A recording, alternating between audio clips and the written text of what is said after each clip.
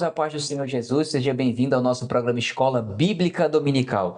Você já precisou se despedir de alguém? Aquela pessoa que você tanto ama, que você gosta muito de ter por perto, que cuidou de você, que te ajudou na fé, que orou por você, que te ensinou a respeito do caminho do Senhor?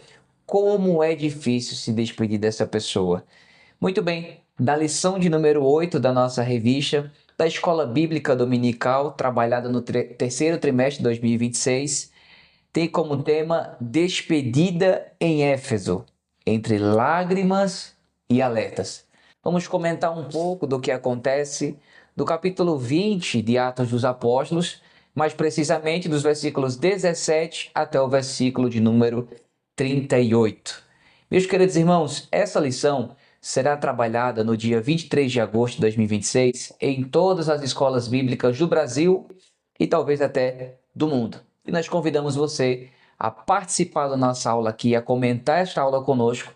Então fica aí, pega a tua Bíblia, tua revista, se prepara, está começando agora o seu programa Escola Bíblica Dominical. Nossa lição de hoje tem como textuário: olhai por vós e por todo o rebanho, sobre que o Espírito Santo vos constituiu bispos, para apacentardes a igreja de Deus, que ele resgatou com o seu próprio sangue. Atos dos Apóstolos, capítulo de número 20, versículo 28. Verdade prática da aula de hoje é a seguinte: a igreja é preservada quando líderes vigilantes cuidam do rebanho com fidelidade à palavra e submissão ao Espírito Santo. Nossa lição está dividida em alguns pontos para nossa compreensão. O primeiro ponto a ser trabalhado: o ministério de Paulo como exemplo de fidelidade. Segundo ponto a ser trabalhado, nos tem como proposta advertências aos presbíteros contra os falsos mestres. E terceiro e último ponto a ser trabalhado na aula de hoje é o cuidado pastoral de Paulo com os líderes da igreja. Nossa lição tem como leitura bíblica em classe Atos dos Apóstolos, capítulo de número 20, versículo 17 até o 38, como já mencionamos. Então você pegue sua Bíblia, sua revista, seu marcador, seu caderninho de esboço, vai começar aqui a nossa aula. E para nos ajudar, para nos ensinar, nosso convidado especial, nosso professor Carlos Kaique. Pode ser o meu professor. Senhor, meu professor, Pai do Senhor, meus irmãos. Professor, é muito bom ter o senhor aqui conosco. É uma alegria. Estamos hoje em uma nova oportunidade, né? Nesse nosso cenário, onde geralmente não gravamos as aulas da escola aqui, mas outros programas, né? Como o programa Discipulado com o diácono Felipe Padilha e também a série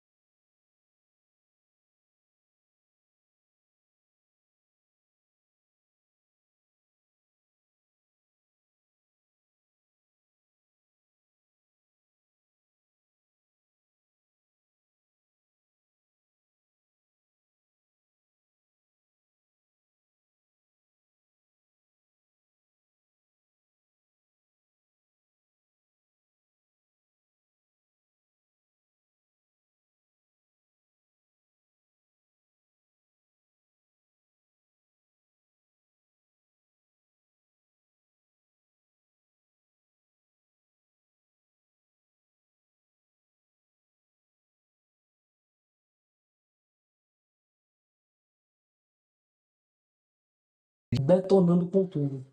Isso tem sido um problema muito grande. Homens que muitas vezes são guiados por interesses egoístas para poder lucrar, para sair por cima, para ter algum tipo de destaque, algum tipo de status.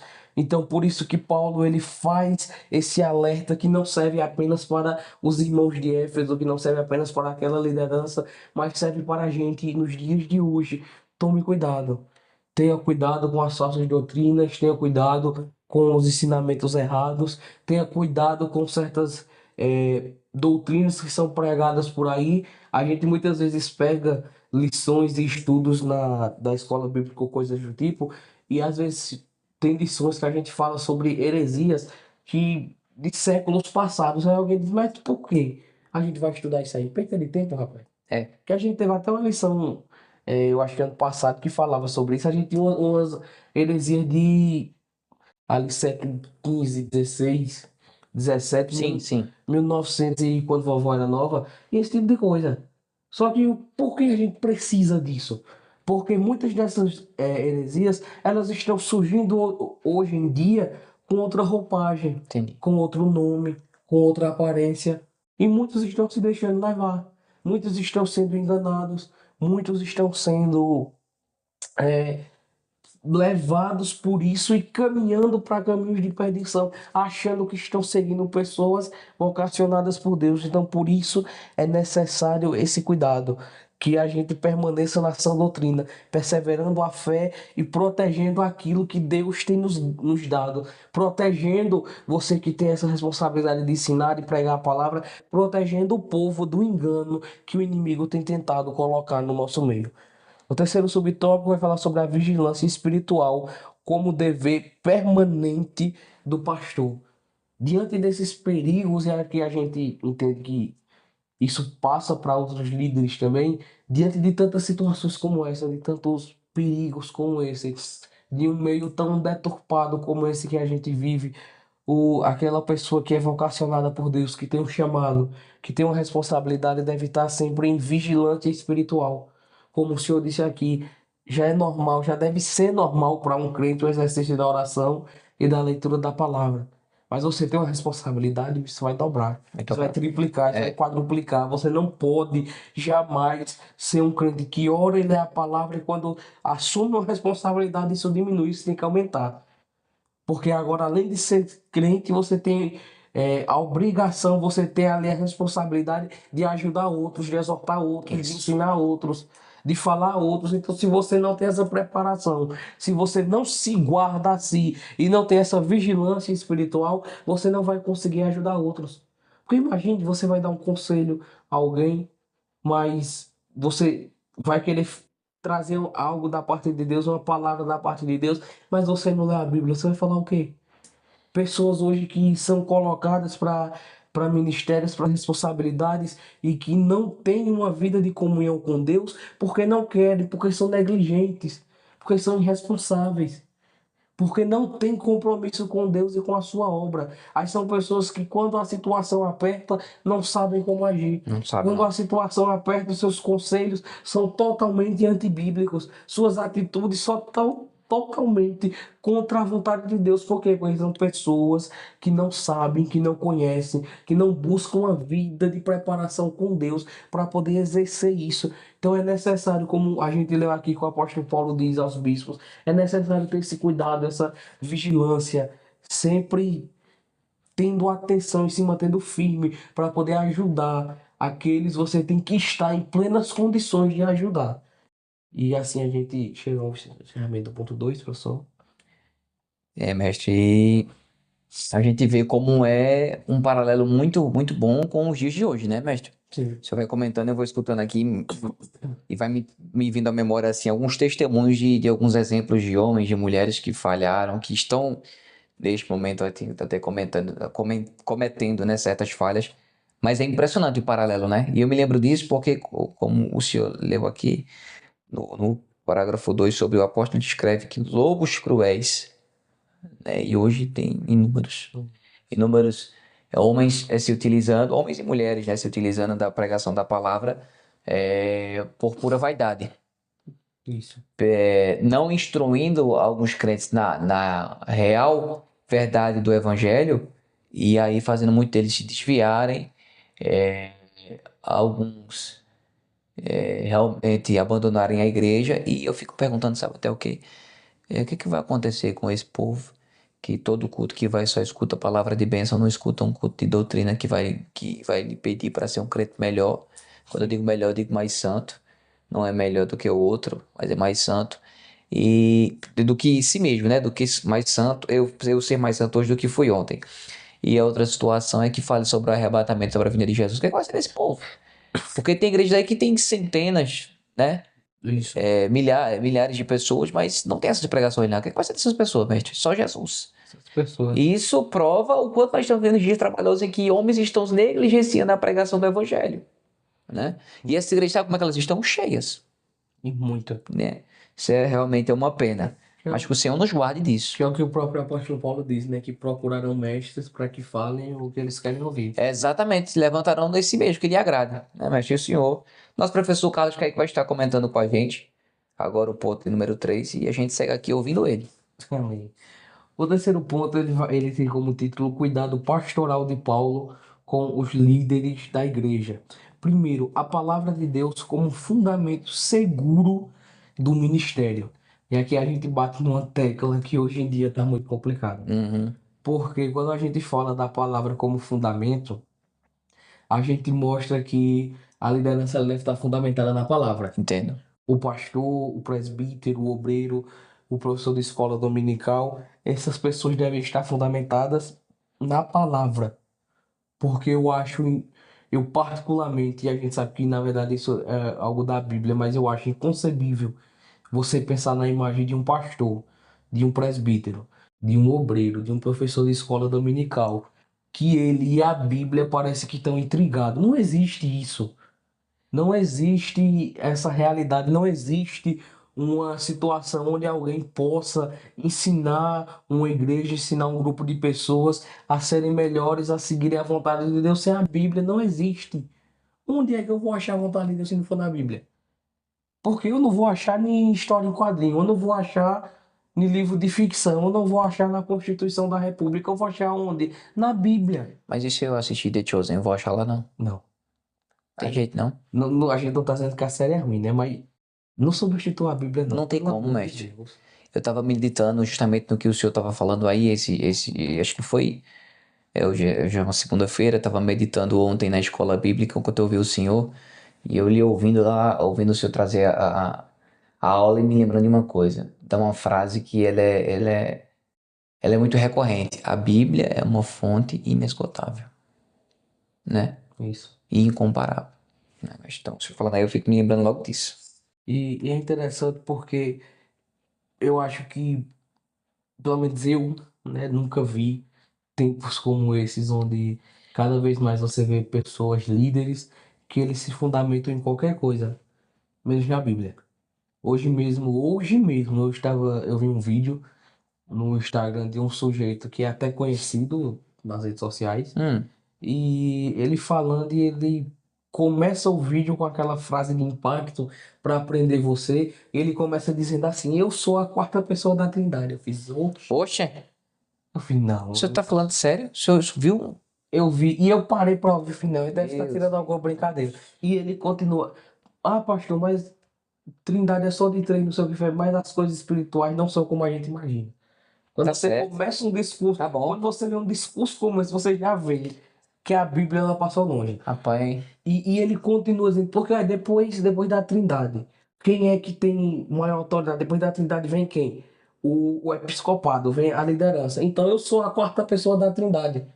E ele chegou a dizer assim: Meu irmão, se eu digo para você orar e você não vai orar, não importa a sua opinião, não importa o que você pensa ou o que você acha, você tem que me ouvir, porque eu sou a quarta pessoa da Trindade. a gente, meu Deus do céu. E eu fiquei ouvindo isso e eu falei, não tem condição. Só que quando a gente vê o vídeo e sabe quem é o cidadão, a gente sabe que ele tem Ah, total capacidade de falar isso. dá pra esperar disso a pior, né? A gente sabe que ele tem total capacidade, então ele realmente fala isso acreditando e achando isso. E é aí onde a gente percebe homens que não se fundamentam mais na palavra. Que, como diz o comentarista aqui, a fidelidade apostólica ela não se apoia em autoridade pessoal, nem em tradição humana. E muitos dos líderes hoje acham que a sua tradição humana, que a sua autoridade, que eles podem colocar alguma autoridade e dizer, mas eu devo ser ouvido. Você deve me ouvir, você deve entender. Eu sou líder, eu tenho experiência com Deus, eu falo com Deus, e aquele negócio todo, como outro cidadão muito conhecido também, que esses dias tava em um evento disso aí que ele chama de igreja, que para mim esse negócio dele não é igreja, e ele disse, não, mas vocês chegam aqui, às vezes tem gente que chega aqui e fica aéreo, vocês têm que aproveitar porque vocês estão diante de um dos maiores profetas dessa Meu geração, Deus. e talvez vocês não me tenham por muito tempo. Então a gente percebe que são pessoas que não se fundamentam Não, perdido. na palavra, que não se fundamentam no que as escrituras dizem, homens que querem colocar sua autoridade pessoal como algo superior, como algo que a igreja deve se colocar baseada na sua autoridade pessoal, na sua tradição humana, mas a liderança deve estar firmada na palavra e firmar a igreja na palavra. Porque é a palavra que nos ajuda, é a palavra que nos alimenta, é a palavra que nos guia, é a palavra que nos levanta para fazer a vontade de Deus. Não é tradição humana, não é autoridade de A ou de B que vai fazer alguma coisa por nossa vida. De fato, não. O segundo subtópico vai falar sobre o exemplo de desprendimento e serviço cristão. Paulo reforça sua integridade ao declarar que não cobiçou riquezas nem buscou ganhos pessoais. Aqui a gente bate em outra tecla que muitas vezes as pessoas ou não sabem discutir ou criticam toda e qualquer situação. Porque há quem diz, não, o pastor não deveria receber Sim, para sim. pastorear. O mesmo Paulo que diz isso, de que não cobiçou riquezas, é o mesmo Paulo que diz, o obreiro é digno do seu salário. É o mesmo Paulo que diz, olha, eu já tive em lugares onde os irmãos me sustentaram, mas eu já tive em lugares onde eu precisei me sustentar. A gente tem hoje, graças a Deus, uma estrutura em relação a igrejas sérias, não falando desse tipo de baixaria que se chama de igreja por aí afora, mas falando de igreja séria, a gente tem uma estrutura hoje que dá total condição de um pastor ele se dedicar de maneira integral Sim. à obra. Sim. Porque o que acontecia antigamente era que muitos pastores passavam 8 horas do seu dia trabalhando e quando chegavam do trabalho iam para a igreja. E muitas vezes esses pastores, alguém ligava para eles e dizia, pastor, eu preciso de sua ajuda. Eles, eu não posso agora porque eu estou no trabalho. Ah, pastor, mas o senhor é pastor, mas ele vai chegar patrão pro patrão, olha, aconteceu uma emergência da igreja, eu sou pastor, vou precisar sair. Ele diz, não, o problema é seu. Você está aqui trabalhando, então, quando você sai daqui, você é pastor, mas aqui você é meu funcionário. Funcionário. E acabou. Então a gente entende que isso acabou se tornando um problema. Porque muitos dos que acabam criticando, dizendo, não, mas pastor não deveria receber, são aqueles que qualquer problema, pega o telefone e diz, pastor, me socorra. Me ajude, pastor, venha cá, me leve ali, me leve no Senhor e ore por mim. Muitas vezes são essas pessoas que 2, 3 horas da manhã ligam para o pastor e dizem, pastor, ore por mim. Eu não duvido, não. Que diz, pastor, eu lhe acordei. O pastor, não, acordou não, irmão. Então ore por mim, pastor. Coitado do pastor, às vezes foi a hora que ele conseguiu dormir. E é o tipo de pessoa que a primeira oportunidade que tem, não, o pastor não devia receber. Esse negócio de pastor receber para estar pastoreando, não, isso aí era para estar trabalhando, não sei o quê. Então a gente entende, é um assunto muito delicado, mas é necessário entender. São homens que abrem de mão, são homens, certa vez eu estava escutando um pastor ele falar, e ele contando o testemunho, ele na faculdade, e ali já em um curso superior, e ele conheceu a esposa dele, tanto ele como a esposa fazendo faculdade, ele disse, minha esposa estava estudando para ser juíza. O sonho da vida dela era ser juíza, ela já estava na preparação para ser juíza. Meu Deus. E quando a gente começou a namorar, que eu tive da parte de Deus o chamado para pastorear, eu disse a ela, olha, se você realmente quiser ter uma vida comigo, saiba que eu vou ser pastor e você não vai poder seguir o seu sonho. E ela abriu de mão para estar ao lado dele. Que bom. Da mesma forma como ele abriu de mão da carreira a qual estava se preparando, da faculdade ao qual ele já estava ali fazendo, para quê? Para servir a obra. Então a gente muitas vezes não entende, mas quando a gente fala do desprendimento ao serviço cristão, é a gente se desprender de uma vida. Um pastor, ele se desprende de uma vida. Um homem que se coloca como pastor, ele se desprende de sonhos, ele se desprende de vontades, ele se desprende de estudo, de emprego, de tudo o que ele batalhou toda uma vida para conquistar. Para quê? Para seguir a obra, para seguir a vontade de Deus. Olhe para o próprio apóstolo Paulo. Paulo, quando ele escreve, salvo engano, aos Filipenses, ele vai dar o currículo dele. Ele diz: olha, eu sou judeu de judeus, É, circuncidado ao sétimo dia. Eu era um dos principais dentro ali do ramo dos fariseus. Ele começa a falar sobre ele, sobre o que ele era. E só que quando chega mais à frente, Paulo ele faz uma fala que é maravilhosa, mas tem um peso enorme. A gente cita porque é muito bonito, que a gente tem esse costume de citar. Ah, não, é bonito, eu vou citar, eu vou falar. Eu vou, como o senhor disse, vou colocar na legenda de uma foto. Mas a gente não entende o peso. Porque Paulo pega tudo isso e diz: ah, agora tudo isso eu comparo como esterco. Por quê? Por amor a Cristo. por amor a Cristo. Eu reputo por perca. Então Paulo ele abandona toda uma vida, toda uma preparação, todo um estudo, tudo que ele fez para dizer: não, agora eu vou seguir a Cristo. É. E um homem que tinha tudo para ter uma das vidas mais tranquilas, porque ia ter tudo do bom e do melhor, ia ter muito dinheiro, ia ter uma posição boa, uma carreira tranquila. Foi um homem que abriu de mão de tudo isso para dizer: olha, eu aprendi a passar fome, eu aprendi a passar dificuldade, eu aprendi a passar frio. Do mesmo jeito que eu aprendi a ser acolhido, ter comida, ter fartura e ter o que vestir, eu aprendi a ter o que não vestir, o que não comer e onde não dormir. Meu Deus. Por quê? Por amor de Cristo. Amor a Cristo. E isso nos traz uma dura realidade. A obra, a vontade, o chamado de Deus não é algo simples. O chamado de Deus não é por status. O chamado de Deus não é para você postar uma foto aqui e ali e dizendo cumprindo a vontade de Deus. Não! O chamado de Deus é para você sofrer, é para você padecer, é para você abrir de mão de uma vida e muitas vezes passar por coisas que para você eram inimagináveis. Então entenda isso. Como diz um certo presbítero, tem gente que briga por posição, por responsabilidade, mas não sabe responsabilidade. Você brigar por responsabilidade é brigar por sarna para se coçar. Pra se coçar. Porque você não sabe como é difícil. É bonito ver. É bonito a gente olhar a dedicação, ver aquele homem de Deus, ver o respeito que muitas vezes ele tem. Mas pergunta a ele o que é que ele não passa. Pergunta a ele como são as noites de sono dele, como é o dia dele.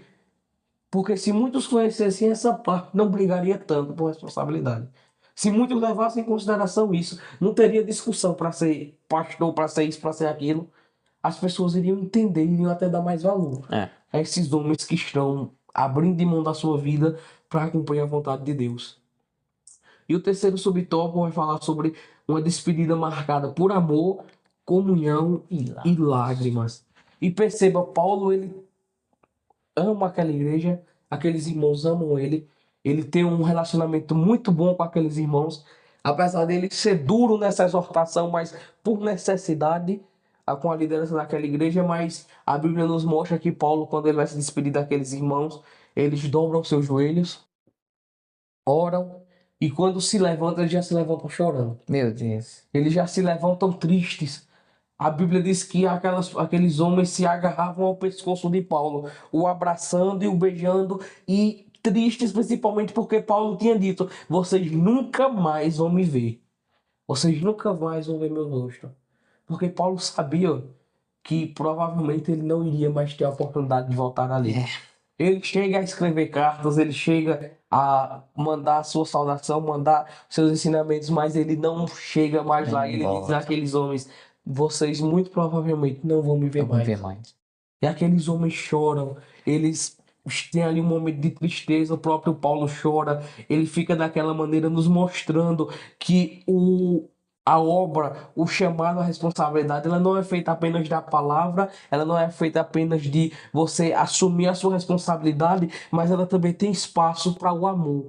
Porque não adianta de nada você se dedicar ao máximo à obra e não ter amor pela Não obra, tiver amor. não ter amor pelas pessoas. Você, não, mas eu me dedico a sempre ter uma boa qualidade de estudo, sempre ter o que falar, sempre estar bem instruído dentro da palavra, mas muitas vezes são pessoas que são ignorantes, são pessoas que não têm amor, são pessoas que não têm comunhão com as pessoas, e a obra de Deus ela não é feita sem amor, porque Deus é amor. Deus é amor. Se Deus é amor, por que a gente não vai ter esse amor? Porque a gente conhece muitos pastores, somente aqueles mais antigos, que eram rudes, eram ignorantes. A gente entende muito bem como a gente tem até casos próximos de pastores que às vezes eles falavam coisa com os irmãos que a gente entende a situação de alguns irmãos desanimarem. Mas eles se dedicavam tanto à obra, mas faltava essa parte. E a gente percebe que Paulo era um homem que se dedicava à obra, a fazer a vontade de Deus, mas se dedicava às pessoas. Se dedicava a ter comunhão, se dedicava a ter esse amor, se dedicava a ter esse cuidado com as pessoas, não vendo as pessoas apenas como um produto de lucro, como apenas um número de massa, uma massa de manobra. Não, Paulo olhava para aquelas pessoas e viam pessoas, viam almas. Pessoas que necessitavam do evangelho, mas Carente. pessoas que necessitavam de comunhão, que necessitavam de um líder que não se colocasse acima deles como se fosse um julgador, como se fosse um juiz ou coisa do tipo. Não, Paulo olhava para aquelas pessoas e entendia, essas pessoas precisam de uma liderança, mas também precisam de alguém que abrace, de alguém que esteja junto.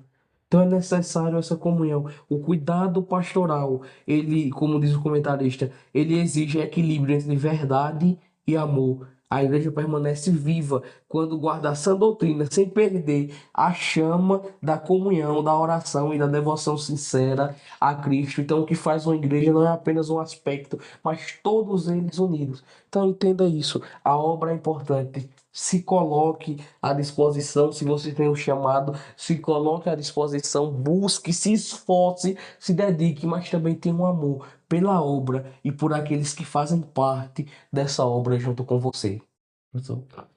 Amém, meus queridos irmãos. Então chegamos aqui à conclusão, né, de mais uma aula. Esperamos que vocês tenham tido bom proveito, assim como nós, né, que aproveitamos, que tivemos uma aula abençoada. Eu diria que foi uma das mais práticas e paralelas com os dias que vivemos. Eu senti dessa forma aqui. Eu achei muito importante o nosso pastor, comentarista da lição, poder aqui defender o ministério pastoral, que é tão atacado. Sim, A gente sabe dos falsos mestres que existem por aí, mas eu achei muito importante defender o ministério pastoral, desses homens aí que foram levantados por Deus para abençoar a nossa geração, para abençoar a nossa igreja local com cuidado, com a pregação do evangelho, com a oração, né? A gente glorifica a Deus eu vou dizer assim, por essa defesa do ministério pastoral, diante de tantos abusos que existem aí de poder e de acesso a tais cadeiras. sim. Mas que Deus nos guarde de cair nisso. Eu falo isso porque a gente vê aqui o final, o apóstolo Paulo, ele era tão exemplar como servo de Deus que o desespero foi grande, né? Para que aquele homem não fosse embora. Sim. Irmão, tem gente que é tão ruim que a gente agradece quando não vê. É ou não é, mestre? Verdade. Tem gente que é tão ruim que a gente agradece quando não vê. Quando não vê uma foto, quando não vê pessoalmente. Mas existem pessoas que são tão importantes para a nossa vida, que nos fazem tão bem, que cuidam tão bem de nós e que nos tratam com tanto respeito e carinho, que a gente tem a alegria só de ver a foto da pessoa, né? Só de receber uma mensagem dela, só de ver ela ali glorificando a Deus e nos instruindo na palavra. Quantas vezes você não já abriu um sorriso porque você viu aquele irmão dizendo, meu irmão, a paz do Senhor, né? Isso. Tem irmãos que têm essa... Eles são homens de Deus, são mulheres de Deus tão piedosas que quando nos cumprimentam já abre-nos um sorriso em nosso rosto, né? Então existem sim homens e mulheres de Deus que são fiéis ao ministério e que realmente são amáveis, né? E aí eu vou, só para terminar aqui, não deseje só que Deus coloque pessoas amáveis para cuidar da igreja, não. Seja você uma pessoa amável, né? Isso. Uma pessoa piedosa, uma pessoa quebrantada, uma pessoa humilde, uma pessoa fiel ao ministério de Deus, à mensagem de Deus e, no mínimo, uma nova criatura, né? Então, no mínimo, uma nova criatura. Meus irmãos, que Deus abençoe vocês. Meu muito obrigado. Agradecer aqui ao nosso professor Carlos Kaique. Meu professor, muito obrigado. Né, mestre? Uma alegria. E mais uma vez aqui aproveitamos, na verdade, né? Para dizer a você que chegou até aqui, que se inscreva no canal se ainda não se inscreveu, Sim. que curta aí, que comente de onde você está nos assistindo, como é que foi a aula, onde foi que Deus falou com você. Na verdade, mestre, fala aí conosco aí, deixa pelo menos no mínimo aí um glória a Deus aí embaixo nos comentários. Compartilha aí com seus amigos, com a sua família, coloca no teu status do WhatsApp, qualquer coisa, tira uma foto, tô assistindo a aula aqui, marca a gente lá no Instagram, Isso. que a gente vai repostar. E também aproveita aí para acompanhar os nossos demais programas que tem no nosso canal, como o programa Discipulado e também a série de estudos de avivamentos Isso. pelo nosso Brasil e pelo mundo. Você vai se surpreender com o sopro de Deus nas regiões aí espalhadas em todo o mundo, né? Algumas das primeiras que a gente trouxe que foi o avivamento da Rua Azusa, que até hoje tem gente que não sabe onde foi, tem gente que acha que a Rua Azusa é lá no Belém do Pará, Isso. né? Então você vai lá, vai ver o quão impressionante foi aquele avivamento, onde ele aconteceu e o que aconteceu após a ele. Sim. Né? Tem um evento muito importante que acontece no Brasil, que é sequência ao avivamento da Rua Azusa. Isso. O avivamento do País de Gales, que é algo extraordinário, sobrenatural, foi o que, estudando assim até de maneira breve, na verdade, me impressionou muito o efeito que teve, né, na sociedade daquela cidade depois desse avivamento e tantos outros avivamentos que a gente vai trazer lá, comentados aí pelo nosso professor Carlos Kaique. Muito bem, meus irmãos, e essa foi a nossa aula de hoje. Que Deus abençoe você, Deus abençoe sua família. Agradecer aqui aos irmãos que têm chegado, têm se inscrito. A gente tem notado, mestre, que a gente tem conseguido atingir o número de 200, 300, em alguns vídeos 400, 500 visualizações. Mas a gente só tem aí 200, pelo menos no momento que a gente grava esse vídeo, né? 290, 293 inscritos. É sinal que tem muitos irmãos que tem muitos irmãos e tem muitas pessoas que chegam aqui que assistem os vídeos e não se inscrevem, né? Isso. Se inscreve, gente, nos ajuda a compartilhar, ajuda esse canal a crescer com esse propósito e tantos outros, porque o desejo que Deus tem colocado no nosso coração é de um trabalho grande, é de um trabalho constante, é de um trabalho leal à palavra de Deus e também de outros programas que com certeza Deus vai nos abençoar e eles vão chegar aqui na tela do seu celular, na tela da tua televisão ou de onde você nos assistir. Esse foi o nosso programa de hoje. Isso. Que Deus abençoe sua família. Filha do céu para o seu coração.